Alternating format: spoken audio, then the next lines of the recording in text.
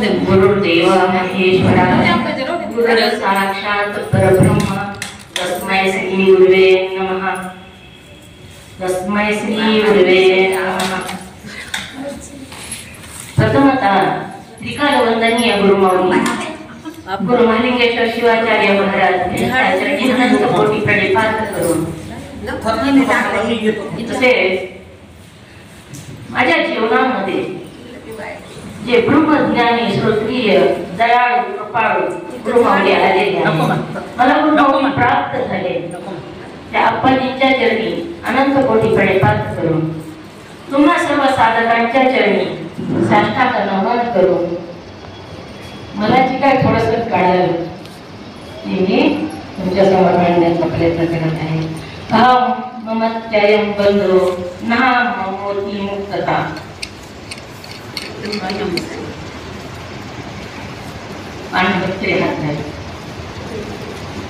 आपण ह्याचा अर्थ असा आहे की आपण देह आहोत आणि देहाधिक आपले आहेत असे जे मानते ते बंधनाचे रूप आहे आणि हे बंधन स्वतःच्या खऱ्या स्वरूपाच्या अज्ञानामुळे होते।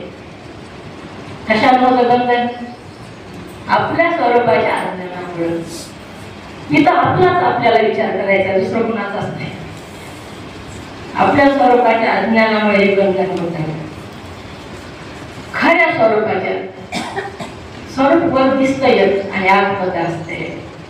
रूप वर जे दिसतं ते रूप असतं आणि आतमधलं जे असतं ते स्वरूप सांगितलेलं आहे।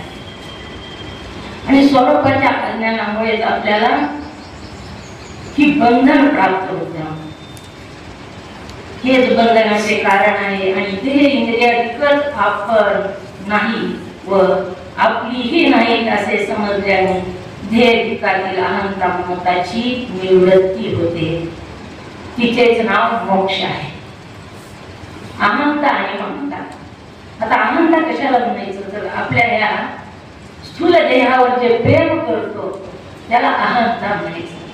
ममता म्हणजे ह्याच्या संबंधित जे धन पुत्र माता पिता जे नातेवाईक आहेत त्याच्यावर आपण प्रेम करतो त्याला ममता असं म्हटलेलं आहे। आणि हेच बंधनाचं रूप सांगितलं। ह्याच्यामुळेच आपल्याला बंधन निर्माण होतं। दुसरे कोणीच बंधन निर्माण करत नाही। आपलेच लोक आपल्याला बंधनात पाडतात। आपले नातेवाईक कधी सांगतात का होई मोक्ष पंचीकरण आहे करा किंवा काही करा, ते बंधनात पाडतात। मग हे कोण सांगतात? आत्मज्ञान कोण सांगतात? तर सद्गुरू सांगतात। सद्गुरूकडे गेल्याशिवाय आत्मज्ञानाची आपल्या स्वतःची ओळख होत नाही। आपल्याला प्रपंचामध्ये ओळख जर करून घ्यायची असली तर कशी ओळख करून घ्यावी लागते? एकाची ओळख दुसऱ्या बरोबर आपल्याला करून घ्यायची तर दोघांच्या ओळखीचा तिसरा लागतो बघा। ही कोण आहे त्याला सांगायची असली इथं मात्र आपलीच ओळख आपल्या बरोबर करून घ्यायची आणि त्याला फक्त सद्गुरू बोली लागतात। गुरुशिवाय ओळख होतच नाही।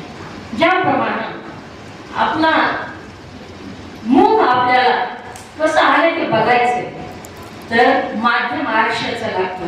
आरशाचं नसेल तर आपलं मुख आपल्याला बघता येत नाही। तितकी आवश्यकता गुरुमुखीची आहे। आपलं मुख ही स्थूल देहाचं मुख बघायचं तर आरशाची आवश्यकता आहे, पण आपलं स्वरूप जेव्हा बघायचं तेव्हा गुरुमाऊलीसारखा आरसा आपल्या समोर लागतो। आणि हे आपली ओळख आपल्याला करून देतात। तू देह नाहीस तर तू आत्मा आहे अशी ओळख करून देतात। आत्मा म्हणजे काय? आत्मा कसा आहे हे ते समजावून सांगतात। आत्मा स्वयं प्रकाशित आहे, देवरूप आहे, साक्षी आहे। अशा प्रकारे ते आपल्याला समजून सांगून आपल्याला एका शब्दात लक्षात येतं का कितीतरी दिवस आपल्याला ते ऐकावं लागतं तेव्हा ते थोडासा परिणाम शरीरावर होता आपल्यावर। तसं नकशिकांचं भरलेल्या चैतन्याला आपण काय म्हणतो? आत्मा म्हणतो। हा आत्मा सच्चिदानंद रूप सांगितला। हे सगळे लक्षणं जेव्हा आपण गुरुमाऊलीतून ऐकतो तेव्हा आपल्यावर आपला विश्वास होतो। एका शब्दात आपल्याला लक्षातच येत नाही कितीही सांगा तुम्ही, जेवढं विस्तारानं काय सांगतात तर ते आपल्यामध्ये ते बिंबावं आपल्याला ते कळावं अशी तळमळ असते म्हणून सांगतात. किती तळमळ असते गुरुची. गुरु काय करतात, ती तळमळ सांगतात. माता पिताच्या प्रमाणात बाळाविषयी ती तळमळ असते, त्याला घास भरवतो. तसंच आई जसे आपल्या बाळाला अन्नरसाचा घास भरवते बघा, ती स्थूल शरीर पुष्ट करण्यासाठी. पण गुरुमाऊली काय करतात, ब्रह्मरसाचा घास भरवतात. चुचकारून त्याला कितीदा तरी सांगू, कितीदा तरी विचारू, नाही आलं तर पुन्हा पुन्हा 100दा सांगतात बघा गुरुमाऊली. हे आपलीच ओळख आपल्याला करून देतात. ती स्वयंप्रकाशी साक्षी आत्मा आहे. आता सत म्हणजे तिने काळात असतो आणि कोणत्याही ज्ञानाने त्याचा पार होत नाही. चित्त म्हणजे चैतन्य स्वरूप, ज्ञान स्वरूप आहे आणि आनंद तर त्याचं स्वरूपच आहे. जीवनामध्ये जेवढा आनंद आपल्याला मिळाला तेवढा सगळाच आनंद आत्म्याचा आहे. ही देह असंच जड आहे आणि दुःख रूप आहे. त्याच्यामुळे आपल्याला जो आनंद प्राप्त झालेला तो सगळा आत्म्याचाच आनंद आहे. शिष्य काय म्हणतात, अहंता ममताची कशी निवृत्ती होईल. गुरु म्हणतात, बा शिष्या, साधनाच्या योगाने अहंता ममता निवृत्त होतात. आता अहंता ममतामुळे आपण बंधनात पडलो असं कळालं शिष्याला. मग शिष्य काय म्हणतात गुरुमाऊलीला, की अहंता ममताची निवृत्ती करायची तर काय करावं लागेल. तर गुरुमाऊली सांगतात, साधना करावी लागेल. मग आता साधना कोणत्या प्रकारची करतो शिष्य. शिष्य साधना करतो, जप करतो. 5 लाख जप केला आणि 5 लाख जप केला आणि माझे अहंता ममता तर जायची नामच नाही. मी जप केला त्याचा अहंकार येऊ कसला. अहंता ममता जर दूरच गेली पण त्याला अहंकारच आला. पुन्हा शिष्य म्हणतो, मी यज्ञ केला, होम केला किंवा संन्यास घेतला, असं जर कर्म केलं तर मी कर्म केल्याचा अहंकार येतो. अहंता ममता काहीच जात नाही, त्याचा अहंकार येतो. नाही तुम्ही तर म्हणता की अहंता ममता कर्मानं जाते, कर्म केल्यानंतर जाते. तर मग मोठे आश्चर्य आहे म्हणावयाचे. कारण की जी साधने म्हणून करतो ती सर्वात तर मी ध्येय आहे असा ध्येय आहे अशा प्रकारचा अहंता ममताच असतात. मी ध्येय आहे, मी केलं म्हणजे ध्येयाचा अभिमान झाला ना. मग मी ध्येय आहे असंच त्याच्यामधून सिद्ध होतं असं गुरु सांगतात. मग अहंता ममता असतात व कधीही कमी होत नाही. कमी तर होतच नाही पण वाढतात. मग त्या पहा, त्याग हे तर मी त्यागी आहे, मी त्याग केला असे म्हणतो. योग केला तर मी योगी आहे असं म्हणतो.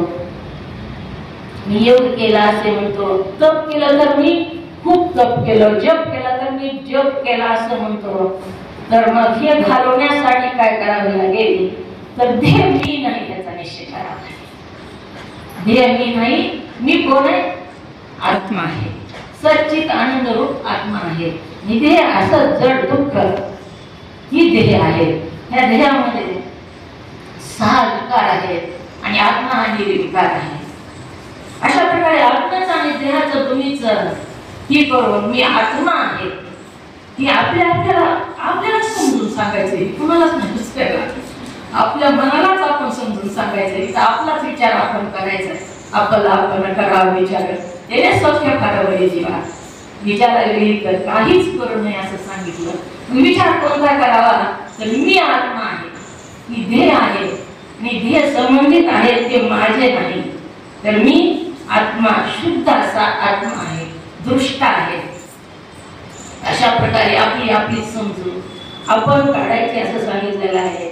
अहंता ममता घालवायची. खरंच नाही तुम्ही आपले मेल्यानंतर बघा तुम्ही ठेवून थोडा वेळ तरी घेतात काही. हो मेलो आपण, आपल्याला येऊन मसनात घातल्यावर स्वप्नात जाईल वाटतं बघा त्यांना. स्वप्नात आलं तर त्याचा बंदोबस्त जाणते का जाऊन करतात नाही का स्वप्नात. एवढं प्रेम करतात हे लोक आपल्यावर की आपल्याला आताच कळायला पाहिजे. आधीच सावध व्हायला पाहिजे. पण वेळ निघून गेल्यावर पुन्हा उपयोग आहे का, काही उपयोग नाही. पुन्हा काय तेच 84 लक्ष एवढ्या आपल्याला त्याच्यामध्येच पुन्हा पडावं लागणार आहे, हे दुःख भोगावं लागणार आहे. म्हणून आत्ताच आपण ह्या क्षणाला सावध हो. सावध झाला तरी उपयोग होत नाही. आपलं कर्म संचित जर चांगला असेल तर असे गुरु मिळतात, नाही तर सावध कसं व्हावं कुठं व्हावं तेच कळत नाही. कसं व्हावं सावध? सावध खूप दिवसापासून सावध आहेत आपण, पण आपल्याला हे मार्ग कळायचं नव्हतं. आता का होईना कळालं तरी सर्व भाग्यवान समजतं. आहे वाटत कधी कधी पश्चाताप होतो, पण उशीर झाला. एवढं आयुष्य गेलं वाटतं किती म्हणजे कमवता आलं असतं, लवकर जर कळालं असतं वैष्णवी सारख्या वयामध्ये तर नाही आलं लक्षात. आता का होईना कळालं आपल्या आपल्या मनाला. माझी मी समजून सांगते, जर परीक्षेला 7 दिवसात मोक्ष मिळाला होता, आपल्याला तर 7 दिवसापेक्षा जास्त आयुष्य मिळाले, गुरु मिळाले तेव्हापासून. म्हणून आपलं सार्थक करून घेण्याचाच हा मार्ग आहे आणि आपल्याला गुरु मिळालेले आहे आणि आपण त्याचं सार्थक करून घ्या. सगळ्यांनाच बोलायचं आहे. माझ्या मुखात म्हणजे अयोग्य शब्द पडले बाहेर पडले हे माझा दोष आहे, माझ्या कर्माचा वाणीचा दोष आहे. पण माझ्या मुखातून योग्य शब्द बाहेर पडले असतील ते गुरु समोर बसलेल्या गुरुमाऊलीच्या म्हणा. ही ग्रंथ ज्यांनी समजून सांगितला, ज्यांच्या कृपेमुळे ज्यांच्या दयाळूपणामुळे या ग्रंथामध्ये प्रवेश झाला, त्या गुरुमाऊलीच्या चरणी अनंत कोटी प्रणिपात करून माझ्या शब्दाला विराम देते. ओम नमः शिवाय.